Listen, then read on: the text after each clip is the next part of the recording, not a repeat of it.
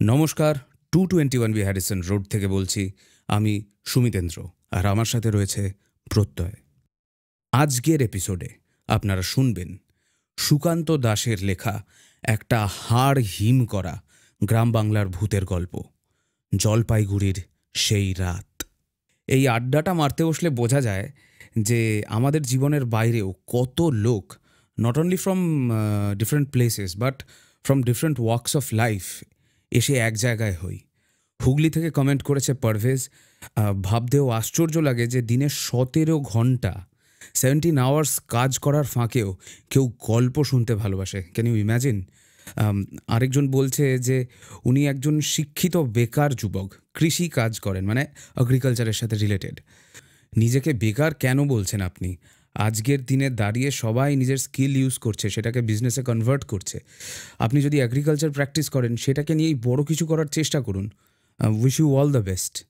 আরেকজন ম্যাথস আর GI practice করতে করতে শুনছেন, মানে বুঝতেই পারছি সরকারি চাকরির প্রিপারেশন চলছে।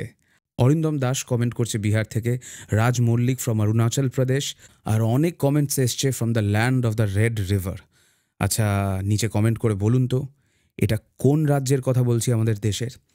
তার মধ্যে একজনের কথা খুব মেনশন করতে হয়, Molly Biswas. She is a professional writer, বিভিন্ন national as well as international অ্যাওয়ার্ডসও এর মধ্যে পেয়েছেন। এছাড়াও বলিউডের লিরিসিস্ট হিসেবেও কাজ করেছেন বহুবার। থ্যাংক ইউ আমাদের সাথে জয়েন করার জন্য। Wish you all the very best. Manchester থেকে নবনীতা বোস বলছেন যে তিনি এই বাংলার মাটিকে বড্ড মিস করেন। এই গল্পগুলোর মধ্যে কোথাও না কোথাও তিনি নিজের মিষ্টি জন্মভূমিটাকে খুঁজে পান। আর শুধু বিভিন্ন জায়গা নয়, বিভিন্ন ওয়ার্কস অফ লাইফ থেকে অনেকে কমেন্ট করেছেন, from farmers to people in the IT industry to প্রবাসী বাঙালি অ্যাজ ওয়েল অ্যাজ প্রবাসের অনেক হোম মেকাররা যারা এই শোটাতে জয়েন করেন। নবনীতাদি, যার কথা একটু আগে বললাম, উনি বলছেন যে উনি একজন হাউসওয়াইফ, কোনো নাম করা প্রফেশনের সাথে যুক্ত নয়। But madam, don't mind me if I correct you that এইটা পৃথিবীর one of the most important and essential professions.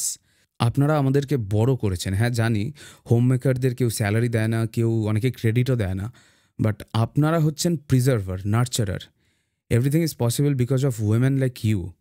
আমাদের মারা সব না সামলালে আমরা আজকে দাঁড়িয়ে কিছুই করতে পারতাম না। তাহলে আজকের আড্ডাটা এই পর্যন্তই লিমিটেড রাখি, ইন্ট্রোটা অনেক লম্বা হয়ে যাচ্ছে। So before we begin the story, আজকে গল্পে আপনারা শুনবেন সৌরভ রয়ের গলা ফ্রম দ্য চ্যানেল কিংবদন্তি, আর তাছাড়া থাকছি আমি আর প্রত্যয়। তো আর দেরি না করে চটপট আজকের হাড় হিম করা গল্পটা শুরু করি।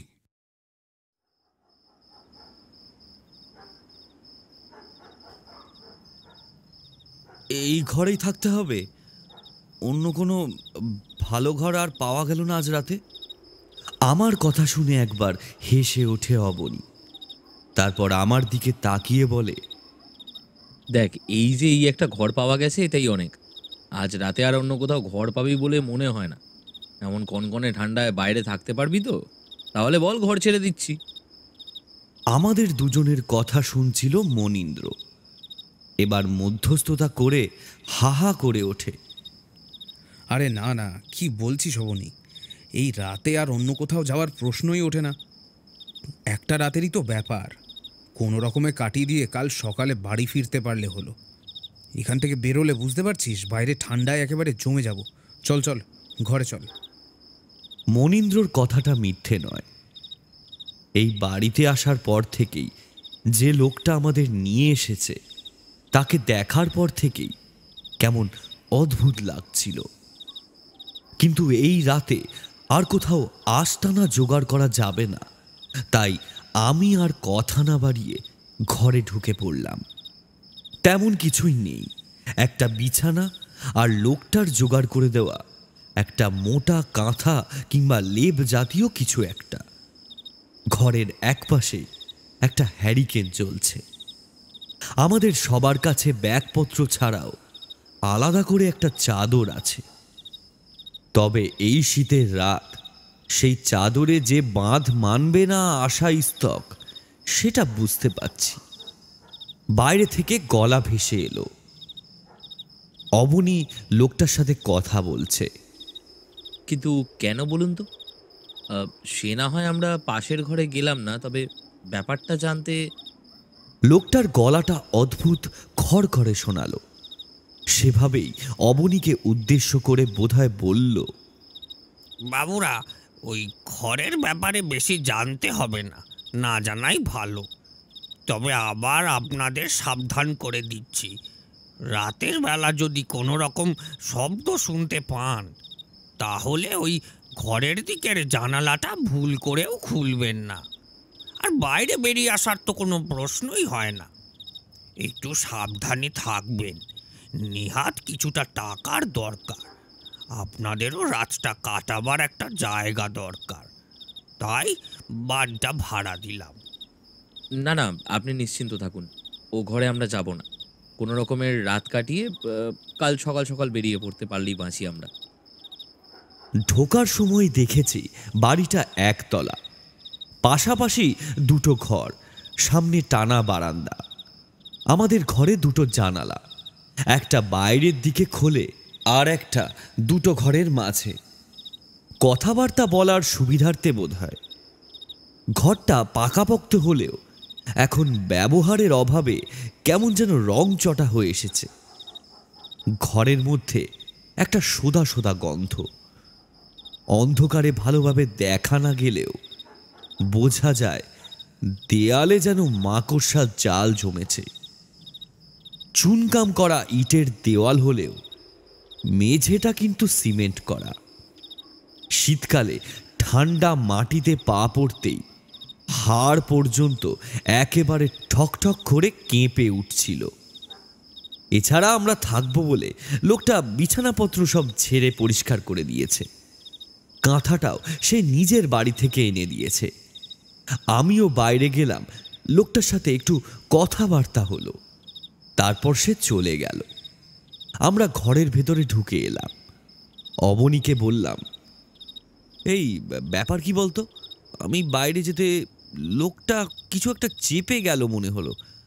হ্যারিকেনের অল্প আলোয় অবনীর মুখটা কেমন যেন অদ্ভুত মনে হলো। সে বলল, শুনেছিস তাহলে? লোকটা বলল পাশের ঘরে না যেতে, ঘরটা নাকি ভালো নয়। রাতের বেলা কোনো শব্দ শুনলে যেন ওই ঘরের জানলা আমরা না খুলি। মনীন্দ্র আমাদের মধ্যে সবচেয়ে ভীতু। সে এবার কেমন যেন ভয় পাওয়া গলায় বলল, শেষমেশ ভূতের বাড়ি? ভূতের বাড়িতেই এসেছি মাত্র। যদি এই শীতে বাইরে থাকতে হতো তাহলে কিন্তু আমাদেরই ভূত হয়েই যেতে হতো। তখন আর ভাড়া নয়, একটা পাকাপোক্ত পোড়া বাড়িটারই খোঁজা প্রয়োজন হতো, বুঝলি? এই শীতে খোলা আকাশের তলায় তো গাছে থাকা যায় না। অবনীর মুখটা কেমন যেন থমথম করছিল। বিছানার এক পাশে বসে হ্যারিকেনের অল্প আলোয় আমাদের দিকে তাকিয়ে সে বলল, এই বাড়িতে নাকি এর আগে যারা থাকতো তারা তারা ভয় পেয়ে এখান থেকে পাত্তারি গুটিয়ে চলে গিয়েছিল। রাতের বেলা ওই ঘরে কিছু একটা হয়, বুঝলি তো। অবনীর কথা শুনে আমি মনে মনে একটু খুশি হলাম। অনেক দিন ভূতের সাথে মোলাকাত হয়নি। সেই কোন বছর একবার একটা শ্মশানের কাছে বোধহয় সামান্য সাক্ষাৎ হয়েছিল, তাও নিজের কাছেই সেটা বিশ্বাস হয় না। আর বেশি কথা না বাড়িয়ে তাড়াতাড়ি আলোটা কমিয়ে দিয়ে বিছানায় লেপটা নিয়ে তিনজন মিলে গায়ে দিয়ে টান টান হয়ে শুয়ে পড়লাম। আমাদের পরনে রাতের পোশাক নয়, তার বদলে লম্বা গেঞ্জি আর তলায় ট্রাউজার। এই শীতে আর জামা কাপড় খোলার ইচ্ছে হলো না।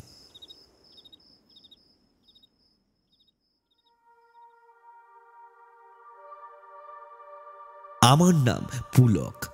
ওরা দুজন হলো আমার বন্ধু, মনীন্দ্র আর অবনী। তিনজন মিলে এই কনকনে ঠান্ডায় বেরিয়ে পড়েছিলাম। গন্তব্য জলপাইগুড়িতে বলরামপুর বলে একটা গ্রাম। উদ্দেশ্য বার্ড ওয়াচিং বা পাখি দেখা। এই গ্রামের পাশে এই মিনিট 5 হেঁটে গেলেই গজলডোবার ব্যারেজ। আমাদের মতো প্রধান দেশে শীতকালটা আরামদায়ক, তাই সাইবেরিয়া, ইউরোপ, রাশিয়া আরও বিভিন্ন ঠান্ডা জায়গা থেকে প্রত্যেক বছর নানা ধরনের পাখি আসে এই জলাশয়ে। কিন্তু বলরামপুর যে এমন গণ্ডগ্রাম সেটা তখন বুঝতে পারিনি। আমি আপিসের এক কলিগের কাছ থেকে শুনেছিলাম যে এই গ্রামটাই নাকি সব থেকে কাছে হবে, তাই চলে এসেছিলাম। একে ব্যাচেলার মানুষ, আমরা তো আর যাকে বলে ছাপোষা ট্যুরিস্ট নই যে হলিডে হোম হোটেল লাগবে। তবে এতটাই দুরবস্থা যে পরিযায়ী পাখি দেখতে এসে আমরাই পরিযায়ী হয়ে যাইনি, সেটাই সৌভাগ্যের ব্যাপার। মোটামুটি দুপুর থেকে বিকেল পর্যন্ত ঘোরাঘুরি করেও একটাও পাখি তো দূরের কথা, পালক পর্যন্ত দেখতে পেলাম না। চারপাশে ঘুরে বেড়াচ্ছে মাছরাঙা সাদা বক, মাঝে মাঝে নীলকণ্ঠ পাখি, আর দু একটা গ্রামের কালো ভূতের মতো কাক। একজন জানালো পাখি আসে, কিন্তু বোধহয় একটু দেরি হচ্ছে। তবে গন্ড গ্রামের একটা ভালো দিক আছে, যেদিকে চোখ যায় প্রকৃতির সবুজ দৃশ্য দেখতে কিন্তু খুব একটা খারাপ লাগছিল না। গজলডোবার ব্যারেজ থেকে গ্রামের মাটির পথ ঢুকেছে ভেতরের দিকে। তার চারপাশে ফাঁকা বিস্তৃত জমি, বহু দূরে একটা জঙ্গল মতো জায়গা। তালকানার মতো সারাদিন ঘুরতে ঘুরতে যখন সন্ধ্যা নেমে এলো, তখন আমরা একটা ধানের জমির আলে দাঁড়িয়ে আছি। আমরা পথ হারিয়েছি। গ্রামের দিনের আলো থাকতে থাকতে যে দৃশ্য চোখে দেখা যায় তা যত মনোরম আর মনোমুগ্ধকর, রাতের অন্ধকার যতই গভীর হতে থাকে ততই সেই দৃশ্য বদলে যায় ধীরে ধীরে। যে মানুষ গ্রামে দিনের সৌন্দর্য উপভোগ করার জন্য গ্রামে যেতে চায়, তার সন্ধ্যার আগেই সেখান থেকে ফিরে আসা প্রয়োজন। আমাদের ক্ষেত্রে ওটাই হয়েছিল ভুল। অন্ধকার ততক্ষণে চারিদিকে নেমে এসেছে। কোনো রকমে জমির আল ছেড়ে আমরা গ্রামের পথে পড়লাম। তারপর বলরামপুর বাস স্ট্যান্ডের দিকে যাওয়ার বদলে কখন যে আরও গ্রামের ভেতরে ঢুকে পড়েছি মনে নেই।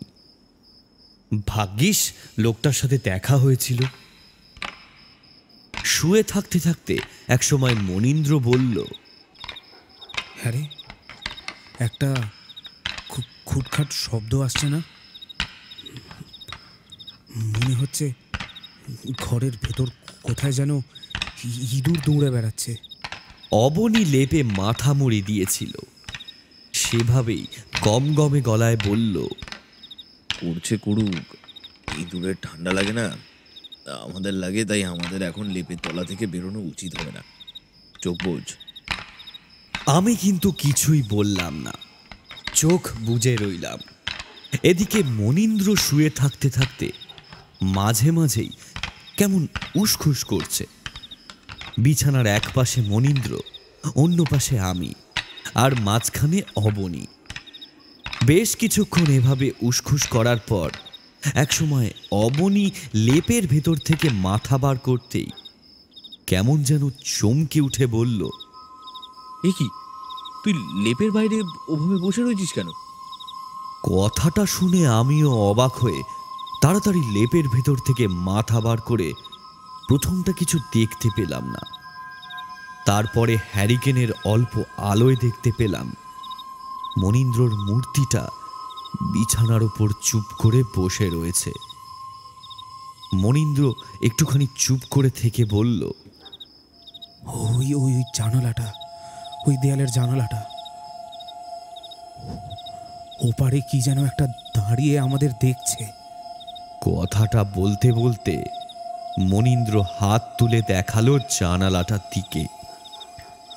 এটা সেই জানালাটা যেটা দিয়ে পাশের ঘরে দেখা যায়।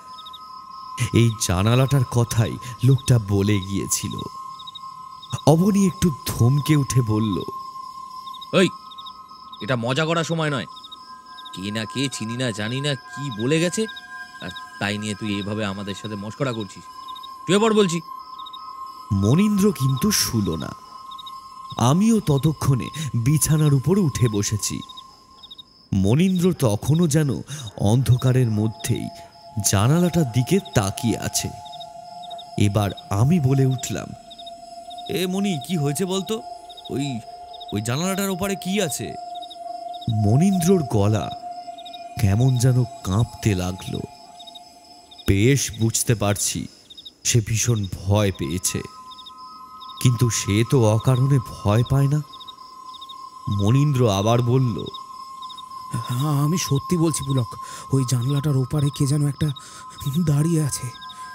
ওই জানলাটার ওপারে দাঁড়িয়ে এসে আমাদেরকেই দেখছে। আমি বলতে চাচ্ছিলাম, কিন্তু জানালাটা তো বন্ধ রয়েছে। তার আগেই অবনী এবার কেমন যেন রেগে উঠল। লেপ থেকে বেরিয়ে বিছানার বাইরের দিকে দুটো পা ঝুলিয়ে বলল, শুধু শুধু তোরা এত রাতে এভাবে মশকরা করছিস কেন? এমনিতেই প্রচণ্ড ঠান্ডা, তার উপর এইভাবে মশকরা করলে গোটা রাত কিন্তু আমাদের জেগে কাটাতে হবে। দাঁড়া, আমি আলোটা একটু উস্কে দিচ্ছি। কথাটা বলে অবনী উঠে গেল বিছানা থেকে খানিকটা দূরে রাখা হ্যারিকেনটার দিকে। হ্যারিকেনটা একটা টুলের ওপর সেই জানালাটার দিকে রাখা হয়েছে। অবনী অন্ধকারের মধ্যেই উঠে হ্যারিকেনটার কাছে চলে গেছে। মনীন্দ্র কেমন যেন ধরা গলায় বলে উঠল, অবনী, অবনী, তুই ওখান থেকে সরে যা, তুই ওখান থেকে সরে যা। মনীন্দ্র এমনভাবে কথাটা বলল যে আমি আর চুপ করে শুয়ে থাকতে পারলাম না। তখনই মনীন্দ্রর গায়ে একটা হাত রাখার পর বুঝলাম ওর গোটা শরীর থরথর করে কেঁপে চলেছে। কিন্তু এতটা ভয় কেন পেল? মনীন্দ্র, মনীন্দ্র, কি হয়েছে? আমায় আমায় বল, কি হয়েছে? ও মাগো, ওটা ওটা কি? মনীন্দ্রকে কিছু বলতে হলো না। তার আগে ঘরের অন্য পাশ থেকে অবনীর চিৎকারটা শুনতে পেলাম। মনীন্দ্র দুহাত পিছিয়ে গেল ঘষতে ঘষতে। আমি কিন্তু অবাক হয়ে গেলাম। এই আলতো আলোয় কিছুই দেখতে পাইনি। অবনী এতটা ভয় পেল কি দেখে? ও তখনও ভয়ে হ্যারিকেনটা হাতে নিয়ে থরথর করে কাঁপছে। ওর দৃষ্টি ওই জানালার দিকেই। ওই জানলার উপরে, ওই জানলার উপরে সত্যি কেউ আছে? সত্যি কেউ আছে পুলক? এবার আমার অবাক হওয়ার পালা। স্পষ্ট দেখছি জানালাটা তখনও বন্ধ রয়েছে, কিন্তু তেরছা হয়ে পড়া হ্যারিকেনের আলো ওই জানালার পাল্লার উপর অন্ধকারটুকুও ভেদ করতে পারেনি। তার বদলে যেন জানালার গড়াতগুলোর ভেতরে ওপাশের একটা প্রাচীন ঘরে জমা থাকা অন্ধকার আরও গভীর হয়ে জানালার পাল্লা দুটোকে পর্যন্ত আড়াল করে রেখেছে। কিন্তু তার ভেতরে ওরা দুজন এমন কি দেখতে পেল যেটা আমি দেখতে পেলাম না? ওদের দুজনকে দেখে বোঝা যাচ্ছে ওরা কেউ মিথ্যে কথা বলছে না। ও হাসছে কেন? আমাদের দিকে তাকিয়ে হাসছে, মুখের কষবে রক্ত। কাঁপা কাঁপা গলায় মনীন্দ্রর বলা কথাগুলো শেষের দিকে কিছুই শোনা গেল না। ও ততক্ষণে বিছানা থেকে নামতে শুরু করেছে। আমি কেমন যেন থতমত খেয়ে গেছি। অবনী, মনীন্দ্র দুজনেই ভয় পেয়ে কাঁপছে, অথচ আমি কিছু দেখতে পাচ্ছি না। সেই লোকটার কথাগুলো মনে পড়ে গেল। বলেছিল ওই ঘরে কিছু একটা আছে। রাতের বেলা ওই ঘরের জানালাটা যেন কখনোই না খোলা হয়, কিন্তু জানালা না খুললে বুঝবো কি করে ও পাশের ঘরে আসলে কে রয়েছে? আমি অবাক হয়ে দেখলাম মনীন্দ্র আর অবনী দুজনে ঠিক হ্যারিকেনটার পেছনে গিয়ে আলোতে দাঁড়িয়ে আছে। আর আর এবার ওদের দৃষ্টি জানালার দিকে নয়, ওদের দুজনের দৃষ্টি যেন ঘরের দরজাটার দিকে। আর ঠিক তখনই একটা দমকা হাওয়ায় ঘরের দরজাটা অদ্ভুত শব্দ করে খুলে গেল। একদলা ঠান্ডা বাতাসের সাথে ঘরের ভেতরে এসে ঢুকলো চাঁদের অল্প আলো। আর সেই আলোয় দরজার কাছে দাঁড়িয়ে থাকতে দেখলাম কাউকে। একটা অদ্ভুত মেয়েলি হাসি যেন ভেসে এলো কোথা থেকে। আমি চিৎকার করে বললাম, তোদের কি হয়েছে বল? বাইরে ওটা কে দাঁড়িয়ে? কে দাঁড়িয়ে? নিশ্চয়ই ওই লোকটা আমাদের ভয় দেখানোর জন্য। আমার তখনই সন্দেহ হয়েছিল লোকটা চোর। আমার কথা শেষ হতে না হতেই অদ্ভুত একটা ব্যাপার ঘটে গেল। ঘরের জানালাটার কাছে যেন কি একটা পরিবর্তন হয়ে গেছে। স্পষ্ট মনে হতে লাগলো বন্ধ জানালাটার পাল্লার ওপারে দাঁড়িয়ে কেউ একজন জানালার পাল্লা ভেদ করে সোজা আমার দিকেই তাকিয়ে আছে। এতক্ষণ পরে বুঝতে পারলাম কেন মনীন্দ্র আর অবনী এত ভয় পেয়েছে। কিন্তু ওরা ততক্ষণে চিৎকার শুরু করে দিয়েছে। কে কে ওটা? কে দরজার বাইরে? ওটা কে? মনীন্দ্র কেমন যেন ভয় পাওয়া কান্না জড়ানো গলায় বলল, তখনই আমাদের এখান থেকে চলে যাওয়া উচিত ছিল। লোকটা আগেই বলেছিল ঘরটা ভালো না, আমরা জোর করে বেকার। কিন্তু আমার কেমন যেন মনে হলো এই সব কিছুর পেছনে নিশ্চয়ই লোকটা রয়েছে। সেই দরজার কাছে এসে আমাদের ভয় দেখিয়ে আমাদের জিনিসপত্র হাতিয়ে নিতে চাইছে। কথাটা ভেবে আমি তাড়াতাড়ি উঠে গেলাম বিছানা থেকে। তারপর দৌড়ে গিয়ে দরজার কাছে দুহাত বাড়িয়ে লোকটার কলারটা চেপে ধরতে যাব। ঠিক তখনই আমার দুটো হাত যেন তার শরীরে ভেদ করে একবার শূন্যে খাবি খেয়ে গেল, আর আমি তালনা সামলাতে পেরে সামনের বারান্দাটায় হুমড়ি খেয়ে পড়লাম। মাটিতে পড়া অবস্থায় পেছনের দিকে তাকিয়ে দেখি মূর্তিটা আর নেই।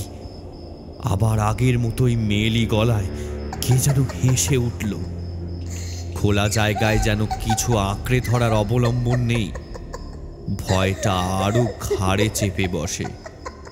আমি এক ঝটকায় ঘরের ভেতর ঢুকে পড়লাম। অবনী আর মনীন্দ্র আলোটা নিয়ে এলো আমার কাছে। অবনী আলোটা দরজার কাছে তুলে ধরল, তবে এখন সেখানে কেবল চাঁদের আলো। দরজাটা খোলা রয়েছে। বাইরে ঠান্ডা কনকনে হাওয়া ঘরের ভেতরে এসে ঢুকছে। মনীন্দ্র বলল, আর এখানে নয়, হ্যারিকেনটা যতক্ষণ আছে ততক্ষণ আমাদের কোনো ক্ষতি হবে না। এটা হাতে নিয়ে আমরা এখান থেকে বেরিয়ে যেতে পারবো। না, তোরা বুঝতে পারছিস না, এখান থেকে আমরা আজ রাতে বেরিয়ে যেতে পারবো না। তার চেয়ে বরং দরজাটা বন্ধ করে দিয়ে ভেতরে বসে রাতটা কাটিয়ে দিই। কিন্তু ভাই, ঘরের ভেতরে বসে থাকলে কি আমরা বাঁচতে পারবো? ওই জানালার উপরে দাঁড়িয়ে সে এখনো আমাদের দেখে চলেছে। কথাটা বলতেই ওরা দুজনেও কেমন যেন ভয়ে ভয়ে জানালাটার দিকে তাকালো। জানালাটা কিন্তু আগের মতোই স্থির হয়ে রয়েছে, যেন কাঠের নয়, কোনো কালো কুচকুচে পাথরের পাল্লা দিয়ে তৈরি হয়েছে। আমাদের মনে ওই এক বদ্ধমূল ধারণা, জানালার ওপাশে কে যেন একটা দাঁড়িয়ে আছে। বাইরে থেকে ভেসে আসা ঠান্ডা হাওয়াতে মনে হলো এখন ঘরের দরজাটা বন্ধ করা দরকার। আলোটা নিয়ে কাঁপা কাঁপা পায়ে দরজাটা বন্ধ করতে গিয়েই বাইরের বারান্দাটায় চোখ পড়ে গেল। পাশের ঘরের দরজাটার সামনে কে যেন একটা হাঁটুতে মুখ গুজে বসে আছে। আলোটা আমার হাতে ছিল।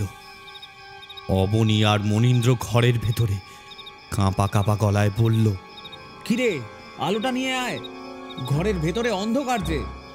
এখানে কে যেন রয়েছে। আরে যেই থাকুক না কেন, তোর তাতে কি, তুই তাড়াতাড়ি ঘরে আয়। ও পাশের ঘরে কেউ একটা রয়েছে, ব্যাটা ইচ্ছে করে আমাদেরকে ভয় দেখাচ্ছে। আরে পাগলটা, ভেতরে আয়। আরে পুলক ঘরের ভেতর ঢুকে দরজাটা বন্ধ করে দিলে তো আর কেউ কিছু করতে পারবে না। এতক্ষণে ভাবছি কতক্ষণ এই রাত কাটবে আর আমরা এখান থেকে বের হতে পারি। আর তুই ভূত টুত সে বুঝলো কি? ওই লোকটা আমাদেরকে এইসব বলেছে ভয় দেখানোর জন্যই। নিশ্চয়ই কোনো মতলব আছে। চাঁদের আলোয় বাইরে একটু দূরেই গ্রামের মাটির পথটা দেখা যাচ্ছে। এদিকে ওদিকে কয়েকটা গাছপালা রাতের অন্ধকারে যেন চক্ষের মতো পাহারা দিয়ে চলেছে এই গোটা বাড়িটাকে। হঠাৎ অবনীর গলায় একটা ভয়ার্ত চিৎকার শুনতে পেলাম। পুলক জানলার পাল্লাটা যেন নিজে নিজে খুলে যাচ্ছে। দেখ, খুলে যাচ্ছে। পুলক তাড়াতাড়ি ভেতরে আয়। ঘরের ভেতরে ঘুরে তাকাতে গিয়েই আমার চোখটা পড়ল পাশের ঘরের দরজাটার সামনে। সেখানে মূর্তিটা আর নেই। তার মানে নিশ্চয়ই ব্যাটা ঘরের ভেতর ঢুকে জানালাটাকে খুলে ভয় দেখানোর চেষ্টা করেছে, আমাদের বিভ্রান্ত করতে চাইছে।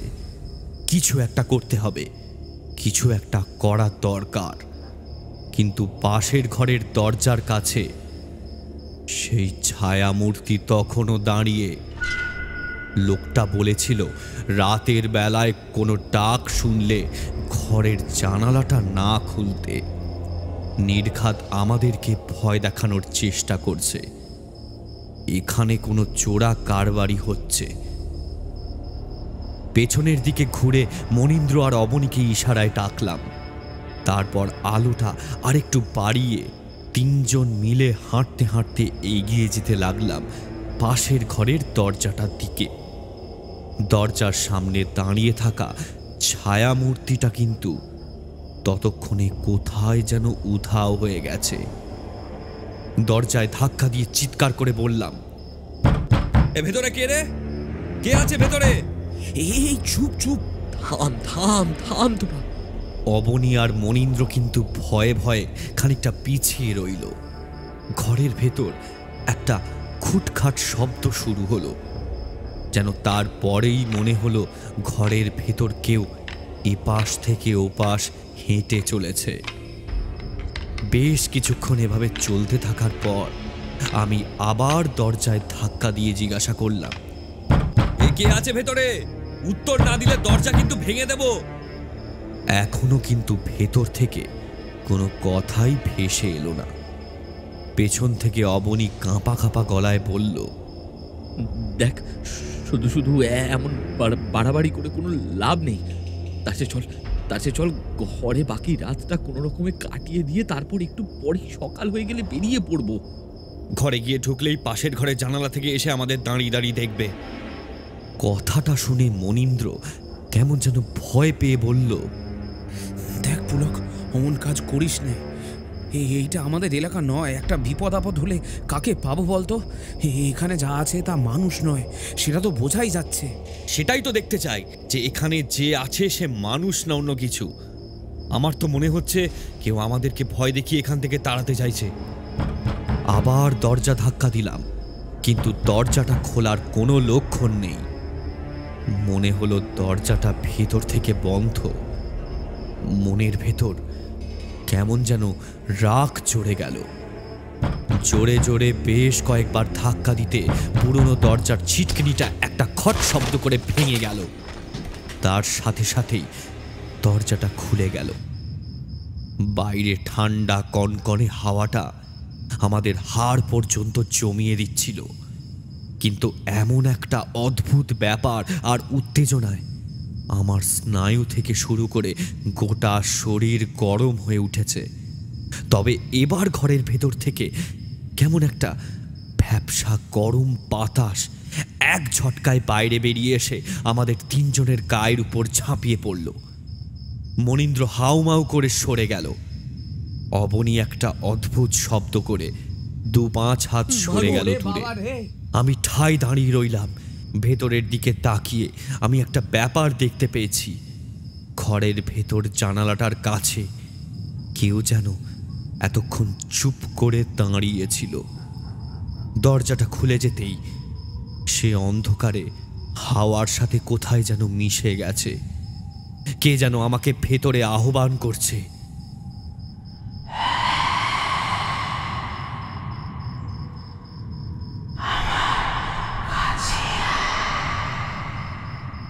আমি হ্যারিকেনটার সামনের দিকে তুলে ঘরের ভেতরে ঢুকলাম।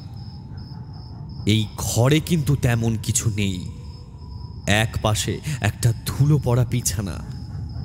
ঘরের ভেতর এদিক ওদিকে মাটির মেঝেতে পুরো ধুলো জমেছে।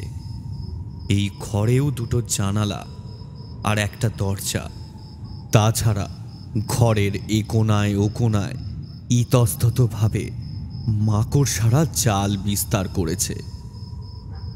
ঝোলা হ্যারিকেনের আলোটা ভালো করে তুলে ধরতেই চোখে পড়ল বিছানাটার ওপরেই একটা লম্বা পুরনো দড়ি ঝুলছে। অবনী আর মনীন্দ্র ভয়ে ঘরে ঢোকেনি, এখনো বাইরেই দাঁড়িয়ে আছে। ঘরের ভেতরের চাপা বাতাসটা কেমন যেন ভারী আর ভ্যাপসা, আর সেই বাতাসের সঙ্গে গলা মিশিয়ে কেউ যেন আমার কানে কানে বলতে লাগলো,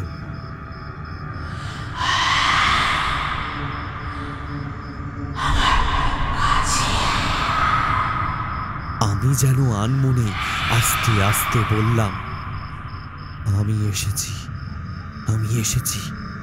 একটা ব্যাপার এর মধ্যে আমার চোখে পড়েছে। মেঝের ওপর জমা পুরু ধুলোয় আমার পায়ের ছাপ, তবে ঘরের ভেতর আরো একটা পায়ের ছাপ রয়েছে, খালি পা। ঠিক বিছানার কাছ থেকে পায়ের ছাপটা গেছে সেই জানালা পর্যন্ত, আবার জানালা থেকে ফিরে এসেছে বিছানার কাছে। বিছানার উপরেও সেই একই অস্পষ্ট পায়ের ছাপ দেখতে পেলাম।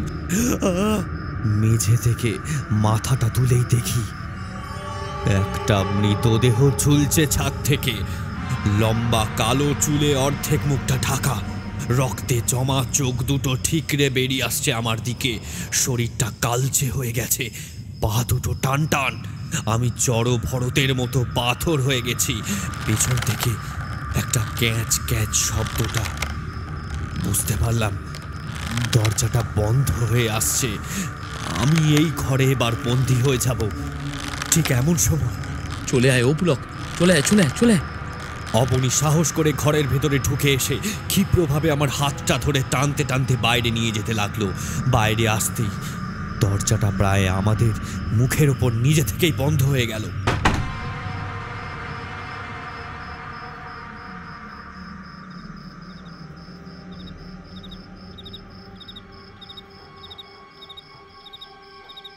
সেই রাতে মনীন্দ্র আর অবনী অনেক কথা জিজ্ঞাসা করেছিল, কিন্তু আমি আর একটাও কথা বললাম না, বলতে পারলাম না। আমাদের ঘরে ফিরে এসে দরজা বন্ধ করে বাকি রাতটা লেপের তলায় শুয়ে কাটিয়ে দিলাম, কিন্তু কারোরই চোখে ঘুম এলো না।